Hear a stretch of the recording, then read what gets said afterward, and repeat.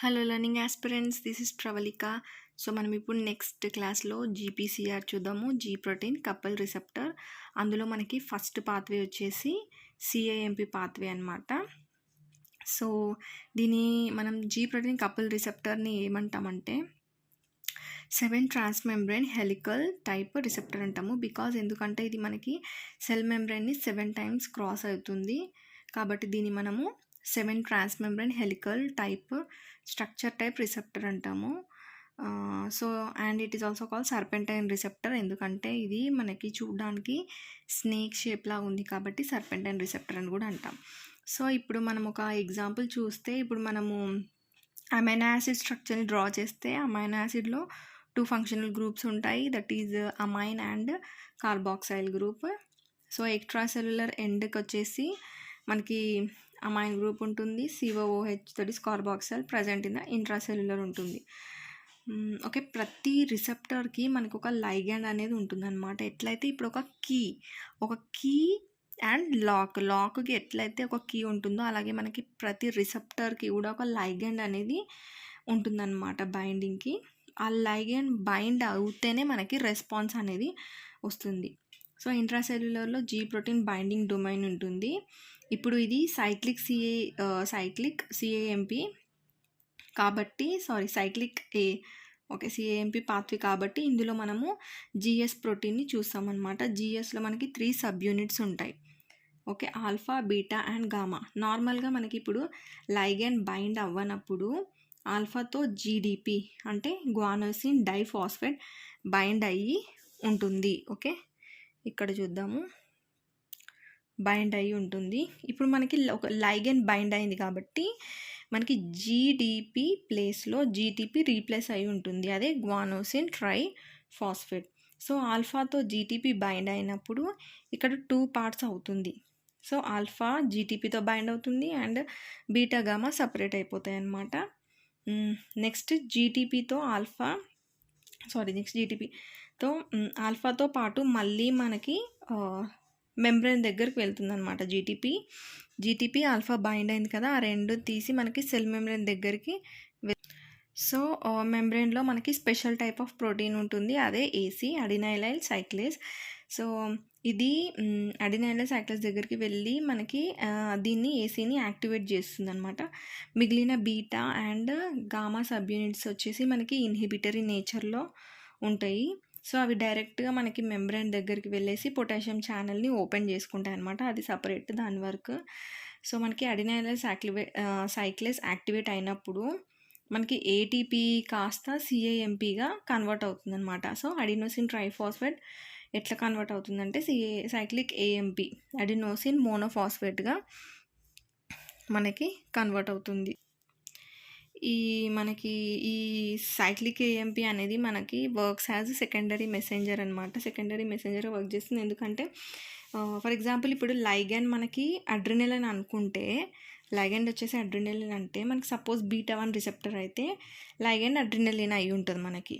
So cell లోపల ఏదైతే communication అవుతుందో అది మనకి సిఏఎంపి వల్లనే. సో దీన్ని మనము సెకండరీ మెసెంజర్ అంటాం అనమాట. మనకు ఆ సెల్ లోపల కమ్యూనికేషన్ మొత్తం కూడా సిఏఎంపి వల్లనే అవుతుంది కాబట్టి దీన్ని మనము సెకండరీ మెసెంజర్ అనేసి అంటాం. అండ్ నెక్స్ట్ వచ్చేసి మనకి సెల్ లోపల ఒక స్పెషల్ టైప్ ఆఫ్ ప్రోటీన్ ఉంటుంది, అదే పీకేఏ ప్రోటీన్ కైనేస్ ఏ. ఓకే, సో మనకి సిఏఎంపి యాక్టివేట్స్ ఏం చేస్తుంది, పీకేఏని యాక్టివేట్ చేస్తుంది, అంటే ఫాస్ఫోరైలేట్ అంటే అడిషన్ ఆఫ్ ఫాస్ఫేట్ గ్రూప్ అనమాట. అప్పుడు మనకి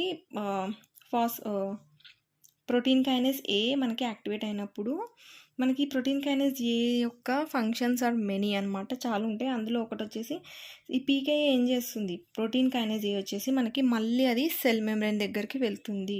సెల్ మెంబ్రేన్ దగ్గరికి వెళ్ళినప్పుడు సెల్ మెంబ్రేన్లో మనకి ఒక కాల్షియం ఛానల్ ఉంటుంది. సో ఈ ఛానల్ ఓపెన్ అయితేనే మనకి కాల్షియం అనేది లోపలికి వస్తుంది. ఈ ప్రోటీన్ కైనేస్ ఏ కాల్షియం ఛానల్ని యాక్టివేట్ చేస్తుంది, అప్పుడు కాల్షియము మనకి ఎంట్రీ అవుతుంది, సెల్ లోపలికి ఎంట్రీ అవుతుంది.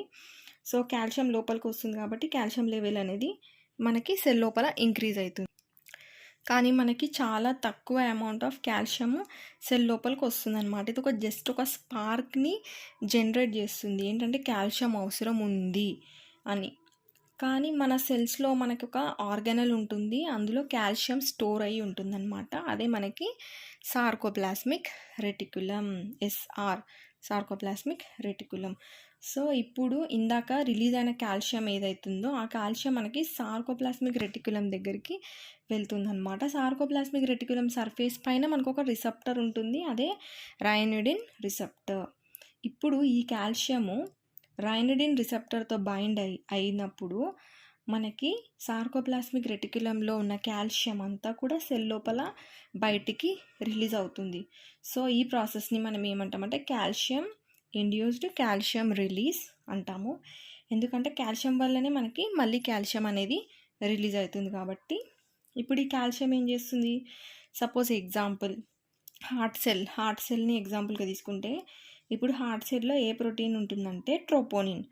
సో మనకి కాల్షియం అనేది ట్రోపోనిన్తో బైండ్ అవుతుంది, మజిల్ కాంట్రాక్షన్ అవుతుంది.